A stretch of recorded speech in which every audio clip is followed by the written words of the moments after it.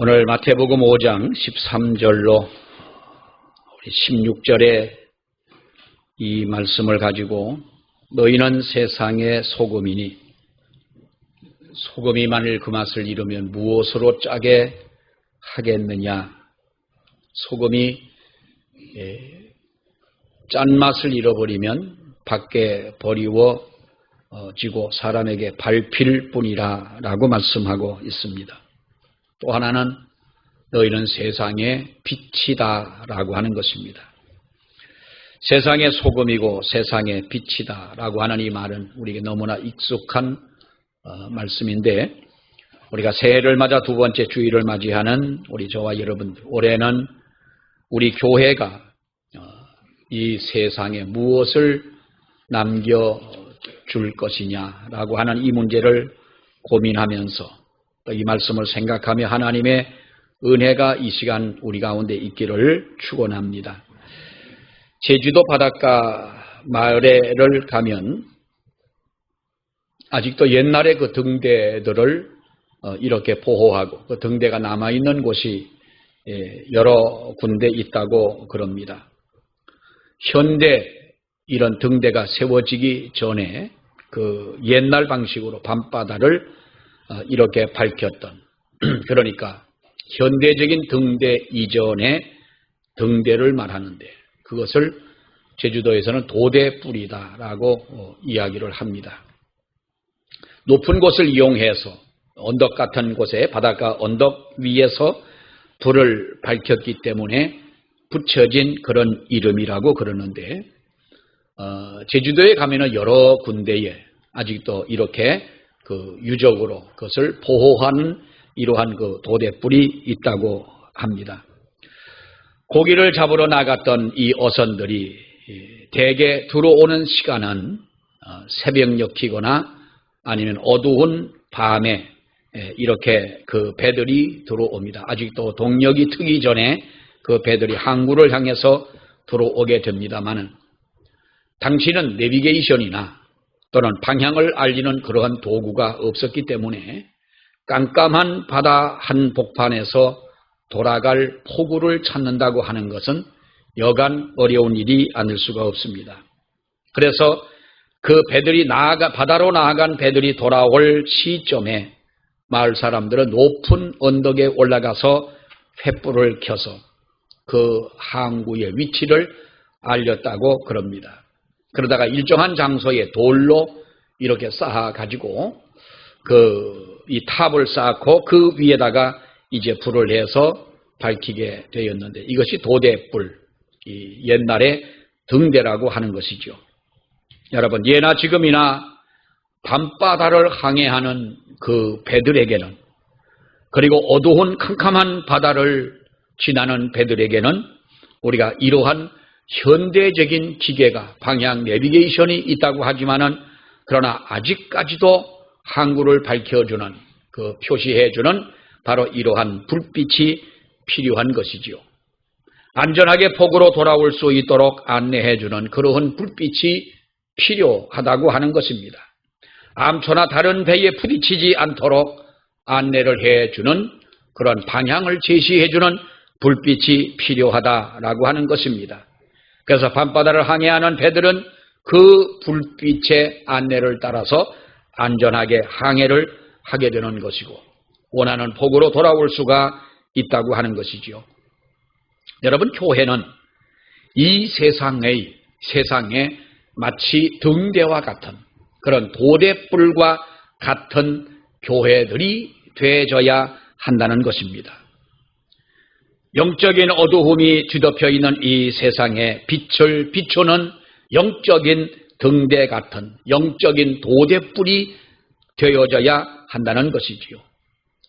어떻게 보면 영적 어둠 한복판에서 갈 길 몰라 방황하는 우리가 많은 인생들에게 길을 열어주고 길을 안내해주고 방향을 알려주는 그러한 도대불과 같은 역할을 할 수 있는 그런 교회가 필요한 것이고 그런 성도가 필요한 시대라고 하는 것입니다. 여러분, 우리 한국 교회의 역사를 살펴보면 이런 사실을 확인해 볼 수가 있습니다. 19세기 말 이 땅에 그야말로 우리 한국 외국 사람들이 말한 이 조선 이 땅이야말로 한치 앞을 내다볼 수 없는 그러한 암흑의 천지 같은 세상이었습니다. 나라가 정말로 어떻게 보면은 이 외세의 침략을 통해서 나라의 존망이 불투명한 그러한 시대를 맞이했었고요. 봉건 사상이 사람들의 의식을 무겁게 짓누르고 있는 그러한 때에 파란 눈을 가지고 있는 선교사님들이 이 땅에 찾아오지 않았습니까? 그분들이 와서 여러분 한 일이 뭡니까? 교회를 세웁니다. 그래서 짙은 어둠 속에 한 줄기의 빛의 빗줄기를 우리에게 비추기 시작을 했던 것입니다. 그들이 이 땅에 와서 한 일이 뭡니까? 학교를 세웠습니다. 그래서 사람들이 새로운 세상에 대하여 눈을 뜰 수 있도록 만들어 준 것입니다. 그들이 이 땅에 와서 병원을 세웁니다. 사람들이 이제는 질병과 싸울 수 있는, 그래도 무엇인가 의지할 수 있는 이러한 병원이 생기게 됐다고 하는 것입니다. 학교가 없어 배우지를 못합니다. 병원이 없어 질병에 걸리면 죽는 날만 기다려야 하는 그런 암흑 같은 세상에 우리가 살아왔던 것입니다. 우상을 숭배하고 이런 봉건 사상에 사로잡혀 살아왔던 이 땅의 모든 우리 조상들에게 교회는 앞선 문화를 소개해 주었습니다. 문학과 예술과 스포츠와 이러한 것들을 발전시키며 문화를 발전시켜 나아가고 어둠 속에 살던 그 당시에 우리 조상들의 눈을 뜨게 해 주었다고 하는 것입니다. 이렇게 교회는 새로운 방식을 보여주었고 새로운 문화를 보여주고 새로운 지식으로 우리의 눈을 뜨게 했고 하나님을 섬김으로 인하여 우리가 우상 숭배에 빠져 있었던 그 모든 어두운 삶에서 우리를 건져내 주었다고 하는 것입니다. 사람들이 신분의 차별 속에서 남녀의 차별 속에서 각종 봉건 사상 속에서 극복하지 못했던 그러한 속에 무엇보다 교회가 예수 그리스도의 복음을 전했습니다. 여러분 얼마나 우리가 미신 숭배 사상이 정말로 그때에 팽배합니까? 이런 미신 숭배 사상이 타파되고 우상 숭배를 극복하게 된 것입니다. 초대교회, 한국의 초대교회는, 우리나라의 초대교회는 이렇게 세상을 밝히는 빛이었습니다. 어둠 가운데 길을 안내하는 그야말로 도대불과 같은 역할을 여러분 했다는 것입니다.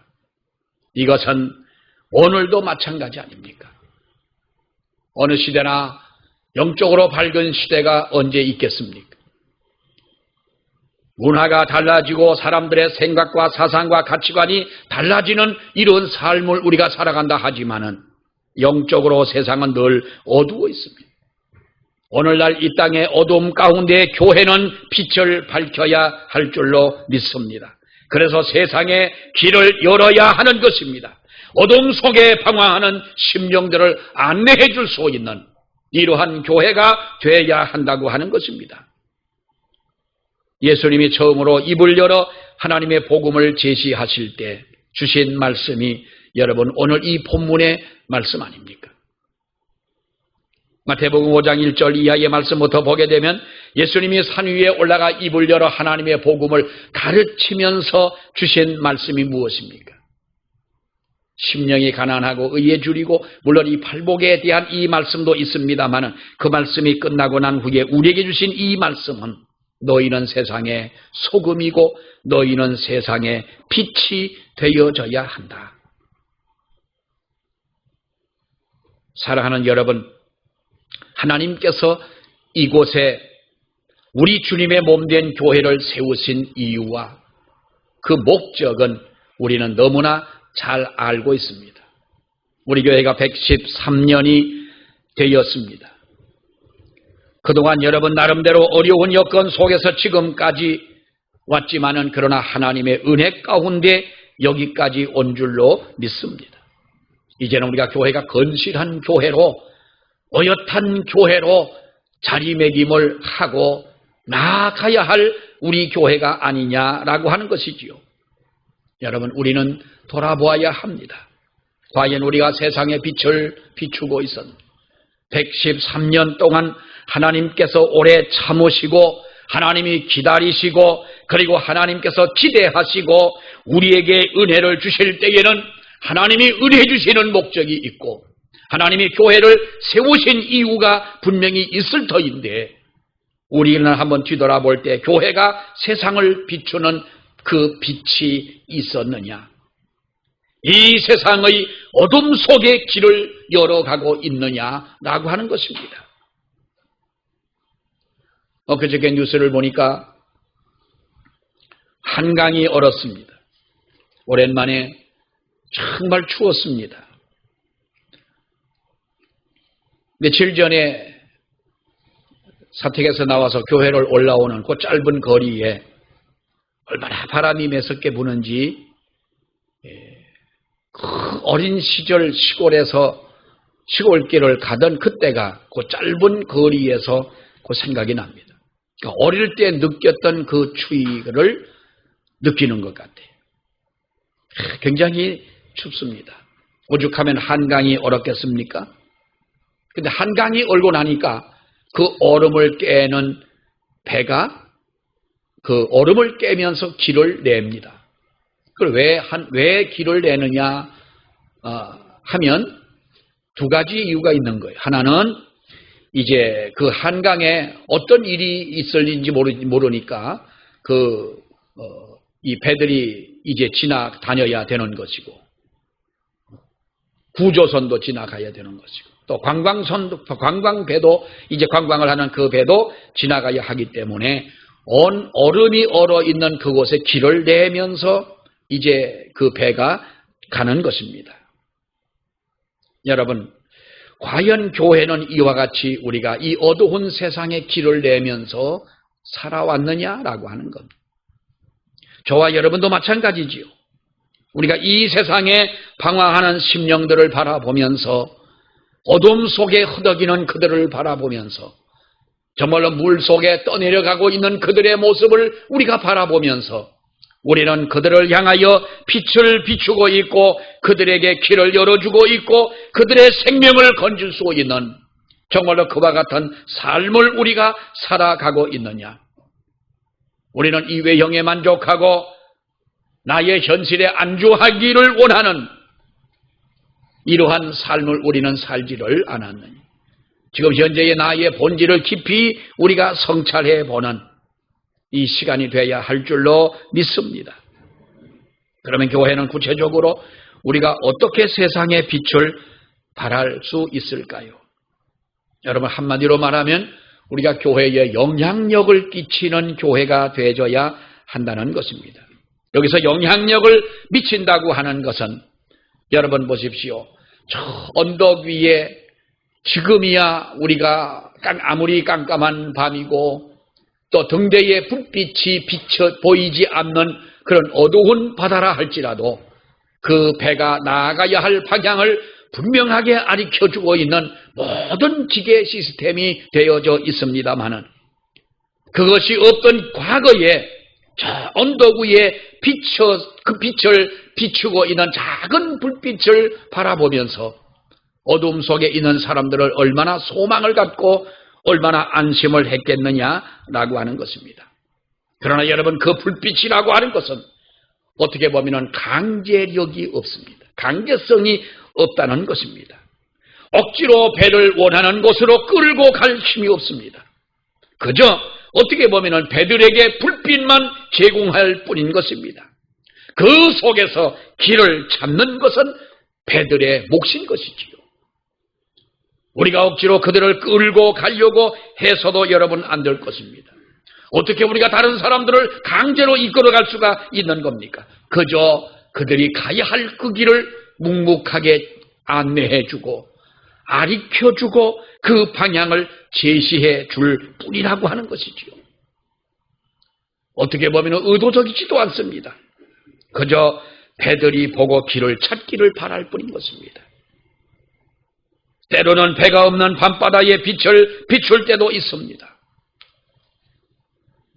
그래서 그 빛을 보고 어둠 속에 있는 배들이 자연적으로 어두운 바다를 따라서 어두운 바다 속에서 그 빛을 따라 자기가 가야 할 목적지를 갈 수 있다는 것입니다. 사랑하는 여러분, 우리 교회도 그런 것 아니겠습니까? 어떤 영향력을 우리가 끼쳐야 되겠느냐? 등대불이 묵묵히 바다를 비추듯이 하나님의 교회도 우리 믿는 성도들도 그렇습니다. 묵묵히 내가 하나님 앞에 빛을 비추는 하나님의 사람으로 묵묵히 때를 기다리며 우리가 살아간다면, 그러면 알게 모르게 어두운 세상이 변화가 되어지는 것이고, 어떠한 큰 움직임이 보이지 않는다 할지라도 때로는 그 불빛을 따르는 사람이 생기기도 하는 것입니다. 때로는 우리가 하나님의 사람으로 그 자리를 지키고 나아갈 때 하나님께서 우리의 믿음을 통하여 다른 사람의 심령을 움직이기도 한다는 것입니다. 인도에서 사역했던 맥스웰 선교사는 인도 사람, 어느 한 사람을 인도 사람에게 복음을 전하고 있는데 인도 말을 잘 할 줄 모르니까 어떻게 하면 효과적으로 그 사람들에게 더 하나님의 복음을 빨리 전할 수가 있을까 싶어서 신두교인인 어느 인도 사람을 붙들고 나에게 인도 말을 가르쳐 달라고 그랬습니다. 그랬더니 그 사람이 정중하게 거절을 하는 것입니다. 아니, 나에게 당신이 나 인도 사람들이 쓰는 그 본토의 말을 내게 가르쳐 준다면 내가 당신에게 수고한 만큼의 수고비도 내가 드리겠다. 그랬더니 그 사람은 그래도 거절을 합니다. 그리고 왜 그러냐고 물어봤더니 그 사람이 이렇게 말합니다. 당신과 내가 함께 있으면 내가 기독교인이 될 것 같아서 나는 거절합니다. 그렇게 맥스웰 선교사가 그랬습니다. 나는 당신에게 예수를 믿으라고 말을 나는 하지 않겠다. 그리고 교회를 나오라고 말도 하지 않을 것이다. 다만 내게 인도어를 가르쳐달라. 그랬더니 그 사람이 하는 말이 이렇게 말을 합니다. 당신과 함께 있으면 내가 기독교인이 되지 않는다는 것은 불가능할 것 같습니다. 도망치듯 가버리고 말더라는 거예요. 이 사람이 정말 후에는 어떻게 됐는지 모르겠습니다만은 이 맥스웰 선교사라고 하는 이 사람을 보면서 교도이고 하나님을 알지 못하는 사람이지만은 내가 저 사람과 함께 있기만 하면 나도 그리스도인이 될 것 같아서 나도 예수 믿는 사람이 될 것 같다는 것입니다. 사랑하는 여러분, 우리는 왜 이러한 영향력을 미치지 못하는 것이냐 하는 겁니다. 언젠가 신문에 미국의 경제 잡지인 포브스지에 세계에서 가장 영향력 있는 사람이 누구냐라고 하는 것을 순서적으로 이렇게 먹인 적이 있었습니다. 그때에 나온 인물들 중에 안젤리나 졸리, 오프라 윈프리, 그리고 마돈나 또는 비욘세 같은 이런 사람들이 1, 2, 3, 4위를 차지하고 있습니다. 여러분, 무엇을 말합니까? 그들이 순서를 매기는 것은 세상 사람들이 생각하는 영향력이라고 하는 것은 한마디로 보면은 돈이고 그리고 권력이고 세상적인 배경이 영향력을 미치는 것이라고 그들은 말하고 있습니다만은, 사랑하는 여러분, 교회와 그리스도인이 미치게 될 영향력은 무엇이 여러분 기초가 되어야 하는 것입니까? 교회는 세상에 어떤 영향력을 미쳐야 되는 것이냐? 우리는 영적 영향력을 미칠 수 있는 우리들이 되어야 합니다. 아무리 교회가 아름답고 크다 할지라도, 아무리 예수 믿는 사람들이 많다 할지라도, 사랑하는 여러분, 우리에게 영적인 영향력을 미치지 못한다면 교회는 교회로서의 기능을 잃어버리고 만 것이고, 성도는 성도로서의 진정한 하나님의 자녀의 그 기능을 상실한 성도가 아니냐 하는 것입니다. 예수님은 이 땅에 오실 때 가장 낮은 구유에 오셨습니다. 가장 낮은 정말로 그 신분을 가지고 목수의 아들로 자라셨습니다. 공생애를 시작하면서는 나는 머리 둘 곳이 없다고 예수님은 현실을 그렇게 여러분 고백하지 않습니까? 권력도, 그리고 예수님은 어떠한 학벌도, 사회적인 어떤 배경도 가지신 분은 아니셨습니다. 도대체 그러나 그분의 영향력은 어떤 것이냐? 예수님의 생애는 철저하게 기도하는 모습으로 기도하는 삶을 사셨습니다. 예수님은 그렇게 하시지 않아도 되실 분입니다. 예수님은 언제나 하나님과 하나가 되셨습니다. 하나의 길을 보여줬습니다. 예수님 자신이 하나님이기 때문에 그렇게까지 하지 않으셔도 될 분이셨습니다. 여러분, 예수님은 놀라운 영적인 파워를 가지고 계셨습니다. 어떻게 보면 하나님의 본질이고 하나님의 본능인 것입니다. 누가복음 8장에 보면은 예수를 보고 부르짖으며 그 앞에 엎드려 큰 소리로 불러 이르되 지극히 높으신 하나님의 아들 예수여 나와 당신과 무슨 상관이 있나이까? 당신께 구하노니 나를 괴롭게 마옵소서. 귀신 들린 자가 예수님 앞에 와서 엎드려 이렇게 두려워 떨며 사정을 하던 모습을 우리는 봅니다. 세상 사람들이 감당할 수 없던 귀신 들린 자가 예수님 앞에 와서 두려워 떨며 그렇게 외친 이유는 무엇입니까? 영적 영향력이 있어야 된다는 거예요. 여러분, 우리의 모습은 누가 보더라도 그리스도인이요, 내가 생각해도 나는 예수 믿는 사람이고 하나님의 자녀라고 우리는 그렇게 스스로가 인정을 하면서 우리는 살아갑니다. 과연 나에게 이러한 영적인 영향력을 우리가 가지고 있느냐? 이 땅을 지배하고 있는 어두운 영적인 어두움을 몰아낼 영향력이 있고, 이 땅을 장악하고 있는 사랑하는 여러분, 우리가 우상의 세력들을 몰아낼 수 있는 영향력이 내게 있느냐? 귀신 들린 자가 예수님 앞에 와서 당신께 구하노니 나와 무슨 상관이 있나이까? 나를 괴롭게 하지 말아달라. 나를 고쳐달라는 말 아니겠어요? 다시 말하면 당신의 영향력 앞에, 당신의 권능 앞에 내가 두 손을 들었다는 것 아니겠습니까? 스코틀랜드의 종교개혁자인 존 낙스는 그가 기도할 때에 늘 그렇게 기도했습니다. 하나님이여, 나에게 이 스코틀랜드를 나에게 주십시오. 날 달래는 것은 땅 달라고 하는 말은 아니잖아요. 이 스코틀랜드를 쾌적하게 하고 스코틀랜드의 사람들을 하나님 앞으로 돌아올 수 있도록 해달라. 스코틀랜드를 나에게 주십시오. 그렇지 아니하시면 이 생명을 하나님 거두어 가십시오. 어느 날 친구들이 존 낙스의 집을 왔습니다. 그래서 그 집에서 있다가 그 집에서 다 잠을 자게 됩니다. 근데 밤중에 보니까 존 낙스가 보이지를 않습니다. 어떠한 친구가 문을 열고 밖을 내다보니까 마당에 엎드려 땅에 엎드려 기도하는 존 낙스를 봅니다. 거기서도 하나님 앞에 이 스코틀랜드를 위해서 하나님 앞에 기도합니다. 그러니까 여러분, 영국의 여왕이 뭐라 그럽니까? 10만의 군대보다 존 낙스가 더 무서운 사람이다 그랬어요. 기도하는 사람이 더 무서운 사람이다. 영적 영향력을 갖는 우리 교회가 되고 우리 모두가 되어져야 할 줄로 믿습니다. 또 하나는 우리가 도덕적 영향력이라고 하는 것입니다.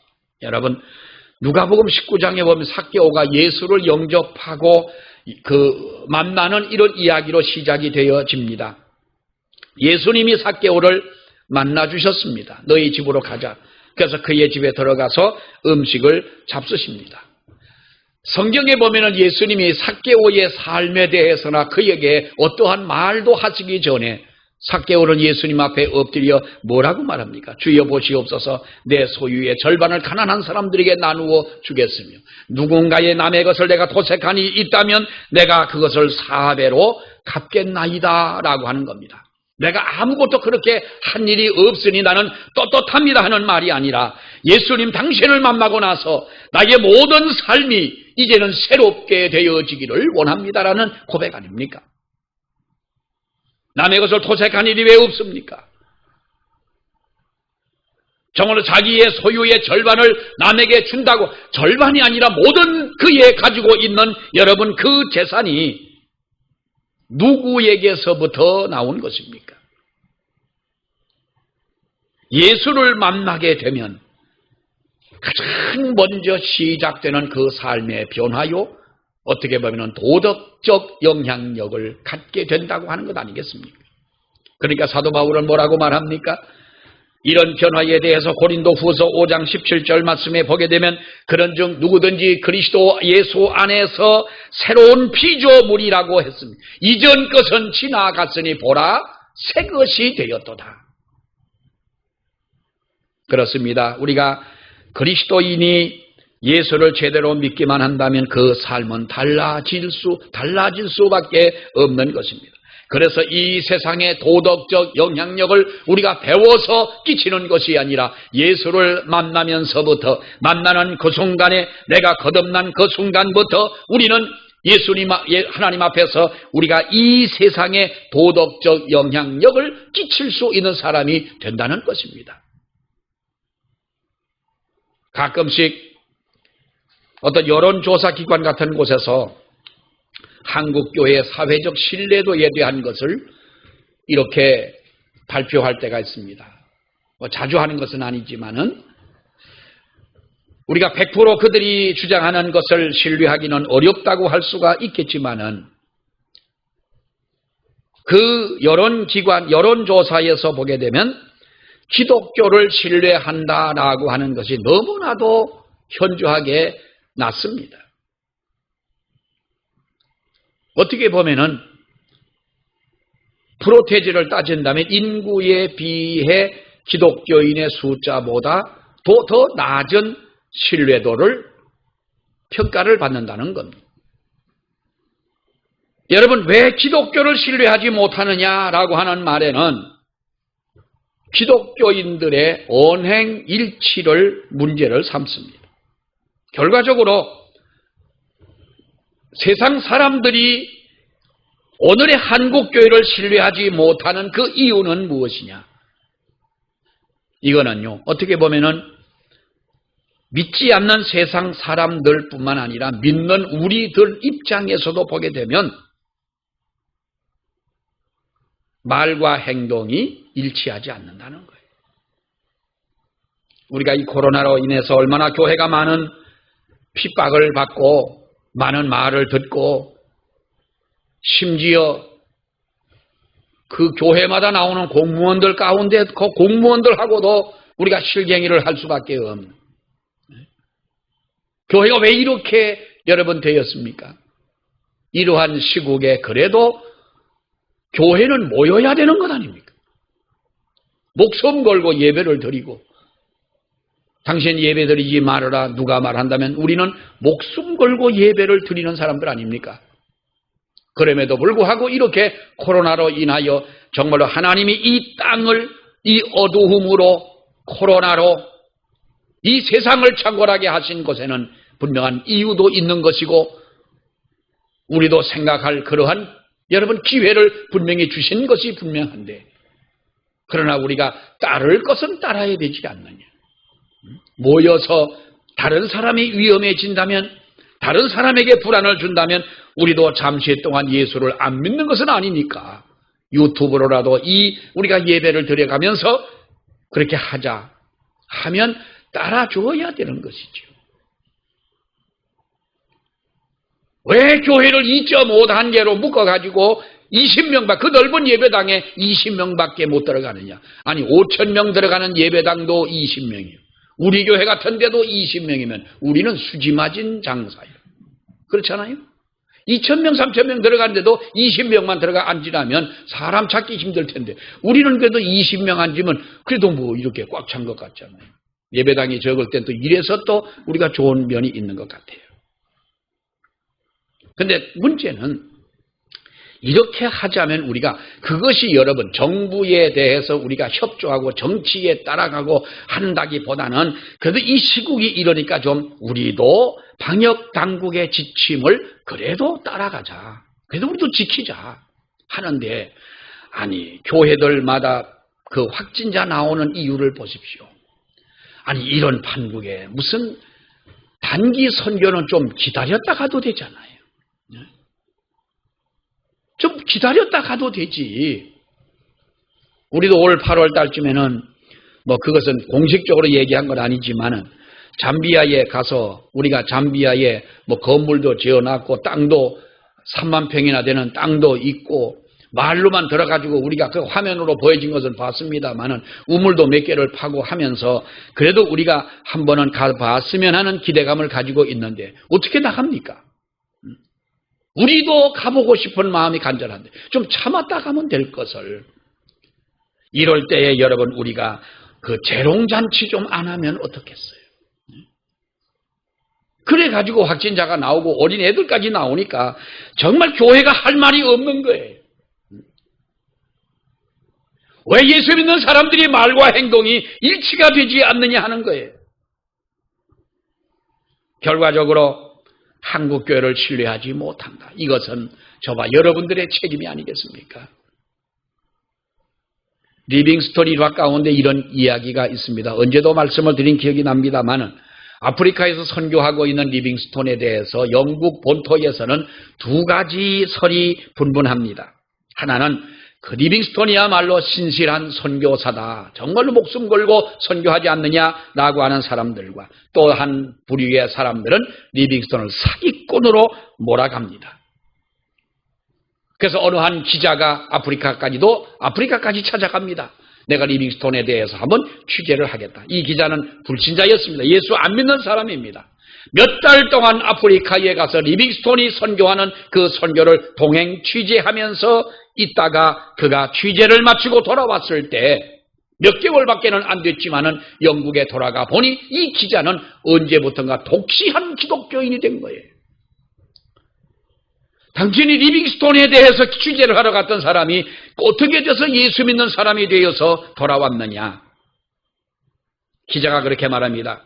리빙스톤은 나에게 예수를 믿으라는 소리를 한마디도 하지 않았고 교회를 가 예배를 드리자는 말도 하지를 않았습니다. 그런데 리빙스톤과 함께 몇 달 동안 있다 보니 나도 모르게 예수를 믿기로 내 마음에 작정이 되더라는 거예요. 영적인 영향력도 물론 그렇지만 도덕적으로 끼친 영향력이 사람의 마음을 감동하고 하나님의 나라를 그렇게 확장시키고 나간 것이 여러분 아닙니까? 우리는 세상에 무엇을 우리가 남기고 있느냐, 무엇을 세상에 주어야 하느냐라고 하는 겁니다. 내가 지금까지 세상에 준 것이 무엇이냐는 겁니다. 영적인 영향력이 없고 도덕적인 영향력이 없으면서 우리는 오히려 세상에 대해서 비난하고 세상에 대해서 불평하고 하나님을 알지 못하는 세상 사람들과 똑같은 그러한 모습을 가지고 살아가지 않느냐라고 하는 겁니다. 우리가 올해는 세상에 빛이 되어지기를 원합니다. 세상에 무엇인가 영향력을 끼치는 저와 여러분이 되셔서 우리를 보고 도대뿔을 바라보고 항구를 찾듯이 우리를 보고 하나님을 찾고 예수를 찾는 사람이 더 많아지는 이러한 저와 여러분 되시기를 주의 이름으로 축원합니다. 우리 기도하겠습니다. 하나님 아버지 은혜를 감사합니다. 오늘도 너희는 세상의 소금이고 너희는 세상의 빛이 되어야 한다고 말씀하신 귀한 말씀을 저희들이 보며 어둡고 캄캄한 바다에 작은 소망의 불빛을 비추어 주었던 도대불과 같은 하나님의 그러한 불빛이 어둠 속에 고통 속에 있는 사람들을 안전한 폭으로 인도했던 것처럼 우리도 그러한 영향력을 줄 수 있는 교회가 되고 그러한 영향력을 끼치는 성도가 되어지기를 주여 원하오니 우리가 더욱더 영역에 하나님이여 그 영역에 힘을 더하여 주시기를 원하며 도덕적인 영향력을 또한 끼칠 수 있는 우리들이 되어지도록 하나님 인도하여 주시옵소서. 예수님 이름으로 기도하옵나이다. 아멘.